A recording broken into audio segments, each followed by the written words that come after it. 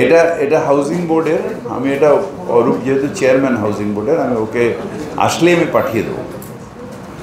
সরকারি জমি বেদখল হচ্ছে, এটা তো একটা কমপ্লেন অনেক দিন ধরে রয়েছে, যেটার জন্য মুখ্যমন্ত্রী মমতা বন্দ্যোপাধ্যায় আরও অফিসারদের সক্রিয় হতে বলেছে। নিশ্চিতভাবে আমাদের সব জায়গায় যে ইনফরমেশন অফিসারদের কাছে আছে তা নয়, সেই জন্য মানুষের সাহায্যেরও অত্যন্ত প্রয়োজন। এবার মানুষ যদি সাহায্য করে, আমরা তাহলে অনেক হাজার হাজার কোটি টাকার সম্পত্তি, যেটা অসাধু কিছু মানুষ, সরকারের সম্পত্তি মানে মানুষের সম্পত্তি, কিছু ব্যক্তিগত স্বার্থান্বেষী মানুষ তারা এটাকে নষ্ট করছে, সেটা উদ্ধার করা যাবে, যেটা সরকারের অর্থাৎ মানুষের সুবিধা হবে। একটা অমানবিক ঘটনা গতকালকে থেকে দেখা যাচ্ছে, এবং গণপিটুনিতে এক ব্যক্তির মৃত্যু হলো, সেটা আবার আবাসিক একটা জায়গা, যেটা হোস্টেল, সেখানে ছাত্ররা থাকে।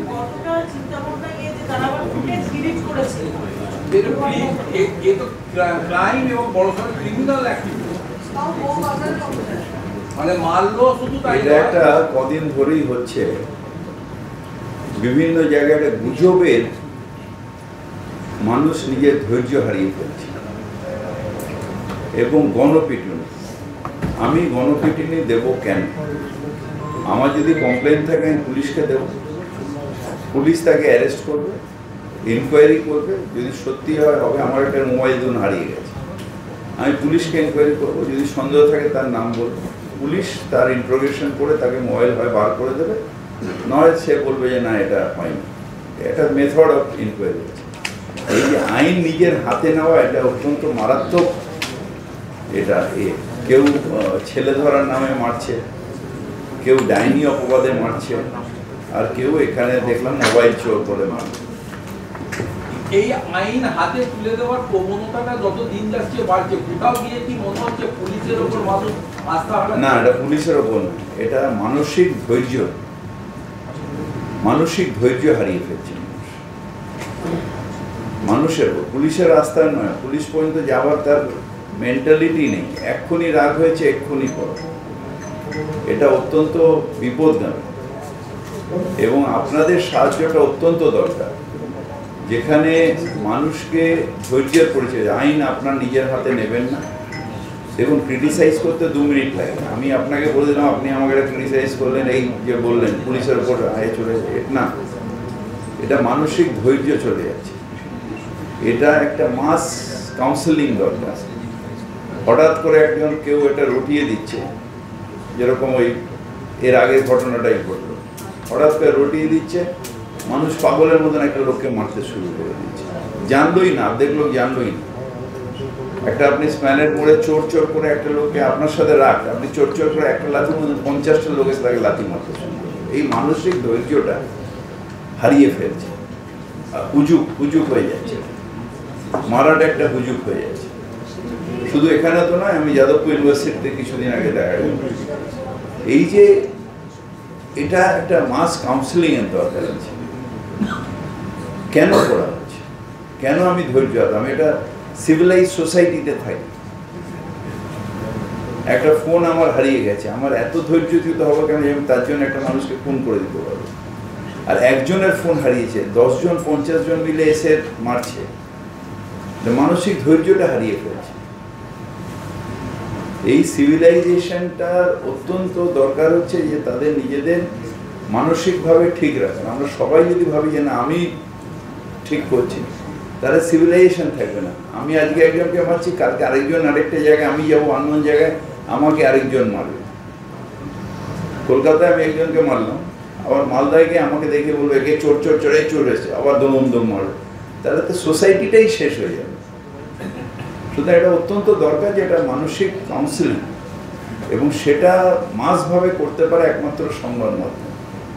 ভাঙছে, সেটা নিয়ে কিছু মানুষের ডিসপ্লেস হয়েছে, যদিও তারা ওখানে এমনি থাকতো ইরিগেশনের জায়গায় বা ওই ঘাটে। আমরা ওটা পাঠিয়েছি দেখতে, যে যদি ওদের কোথাও একটা বাড়ি টাড়ি, এখন যে ডিসপ্লেসড পার্সন, ওদের একটা কোথাও বাড়ি টাড়ি করে দেওয়া যায় কিনা, ওখানে কাছাকাছি কোনো জায়গা আছে কিনা দেখতে পাঠিয়েছি। আজকে দেখা যাচ্ছে যে দেখা যাক কিরকম জায়গা আছে তার উপর তো দেখতে হবে। National Chittaranjan national medical college সেখানে আজকে অভিযান চলছিল পুলিশের পরিষ্কার। সেই অভিযান চলাকালীন সাধারণ যারা হকার তারা রাস্তায় শুয়ে পড়েছেন বুলডোজারের সামনে এবং বিক্ষোভ দেখাচ্ছে, একটা অশান্তি পরিবেশ তৈরি হয়েছে।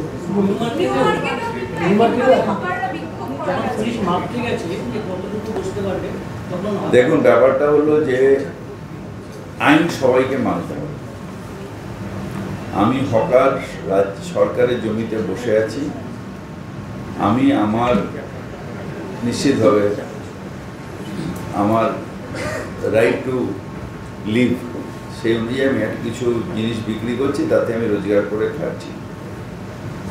সেখানে আমাকে একটা আইন মতন মানতে হবে।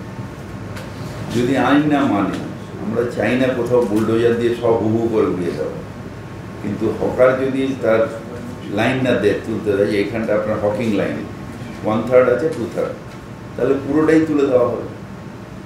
সেটা আমরা চাই না। আমরা চাই আইন মেনে মানুষ থাকুক, সুপ্রিম কোর্টের ডাইরেকশন যেটা হকার নীতি সেই অনুযায়ী মানুষ থাকুক এবং তারা হকিং করুক আর মানুষ পথ চলুক। আমি হকিংয়ের জন্য, আমার ব্যবসার জন্য আমি পথটাকে পুরো আটকে দিলাম, আর লোকটা রাস্তা দিয়ে যেতে গিয়ে অ্যাক্সিডেন্ট হয়ে একটা লোক মারা গেল কি তার পা ভেঙে গেল, এটা তো কাম্য না। আমিও ব্যবসা করি আর মানুষ লিভ অ্যান্ড লেট লিভ, আমিও রোজগার থাকি, আর আরেকটা মানুষ যে সুষ্ঠুভাবে হেঁটে যাবে তাকেও হাঁটতে দিতে হবে। এখানে একটা বিতর্ক তৈরি হয়েছে যে ওই ন্যাশনাল মেডিকেল কলেজ হাসপাতালের সুপার, হ্যাঁ, আরেকটা হচ্ছে যে পাথওয়ে, বেরোনো ঢোকার রাস্তা, যে কোনো পাথওয়েটাও একদম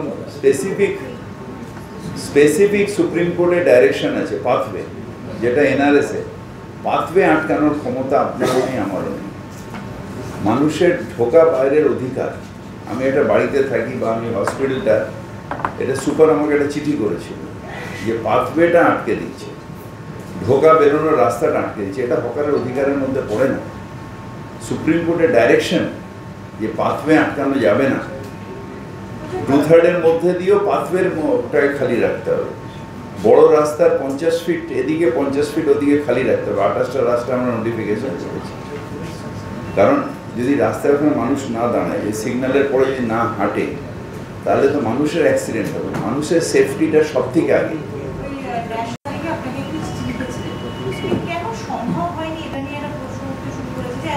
না, তখনও বলা হয়েছে। দেখুন, আগে লোকে অভিযান করেন, আগে মানুষ বলে, যেন নিউ মার্কেটে আমরা অনেক দিন ধরে বলছি তোমরা একটু সরে যাও। দেখুন, আজকে অভিযান করার পরে সব সাইড হয়ে বিক্রি হচ্ছে।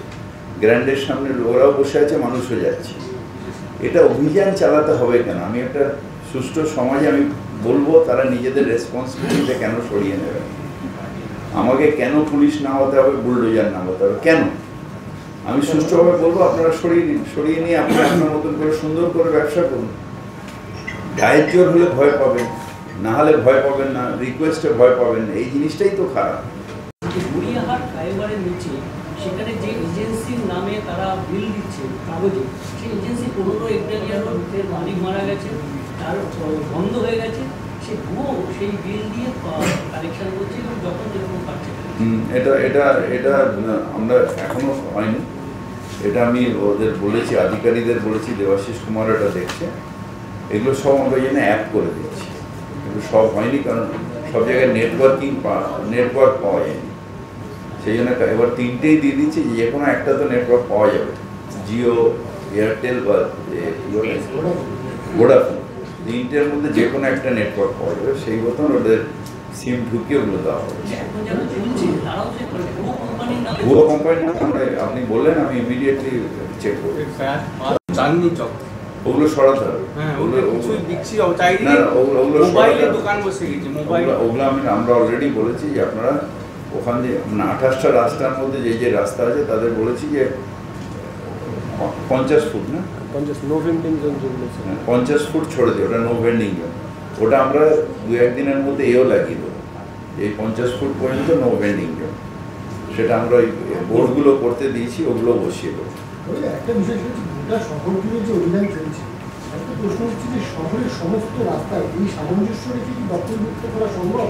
আর যদি দখলমুক্ত করা সম্ভব হয় ভবিষ্যতে এরা কীভাবে বিজনেসটা করবে যেখানে দখল মুক্ত কোথাও না,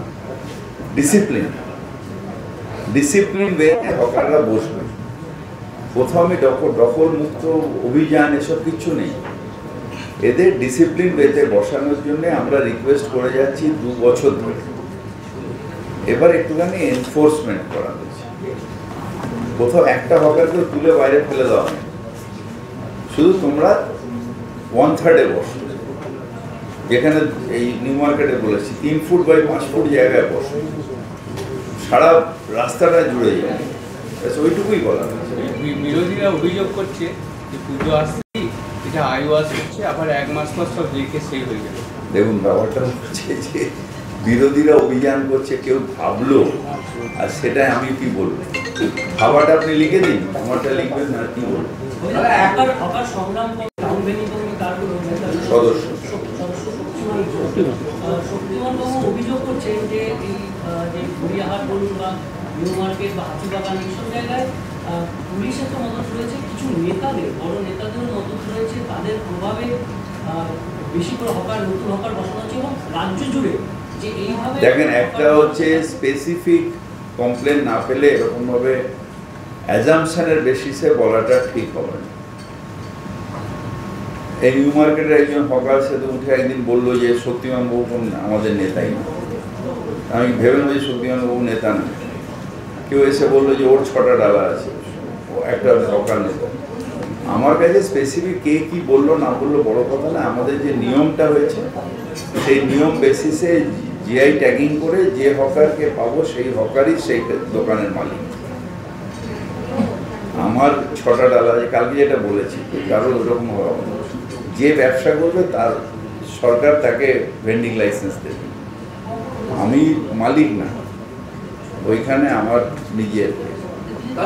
সামাজিক অবস্থার উপর ভিত্তি করে নিউ মার্কেটে হকাররা অবরোধ করেছে, রাস্তায় শুয়ে পড়েছে এবং পুলিশ তুলতে গেলে পুলিশের সঙ্গে পুলিশকে সমাজছে না, প্রেস ক্লাব এই মুহূর্তে পুরো রাস্তা স্টপ।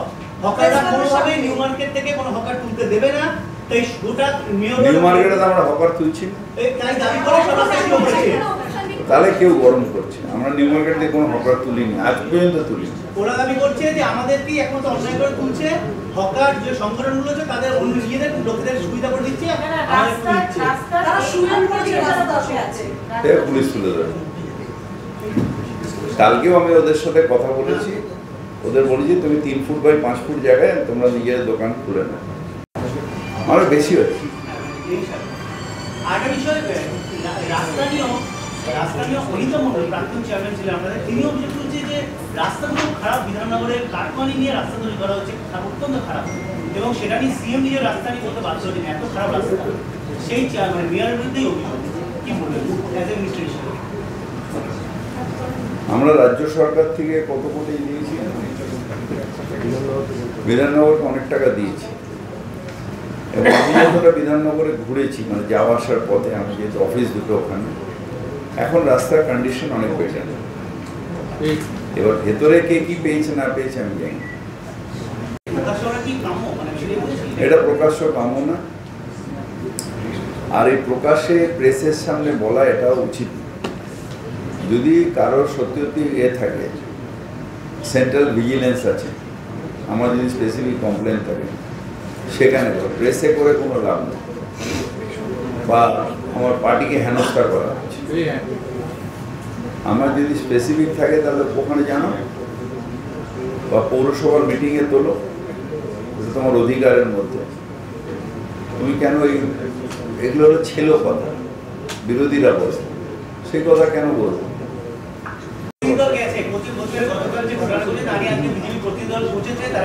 ওইখান থেকে আমার মনে হয় ওরা এতে যাবে। হ্যাঁ, বিবস্ত্র করে মহিলার উপর অত্যাচার যদি হয়ে থাকে, অন্যায় হচ্ছে। কারা করেছে পুলিশ নিশ্চিতভাবে দেখবে। বিজেপি সব ব্যাপারে যেভাবে শুধু ওদের সদস্য খুঁজে বেড়ায়, এটাও ঠিক না। এই প্রতিনিধি দল কুচবিহার থেকে বেশি দূর না, মণিপুরেও যাবে, আমি এটা আশা করি। সব খবর সবার আগে পেতে আমাদের চ্যানেলটি সাবস্ক্রাইব করুন এবং পাশে থাকা বেল আইকনটিতে ক্লিক করুন, লাইক ও শেয়ার করুন।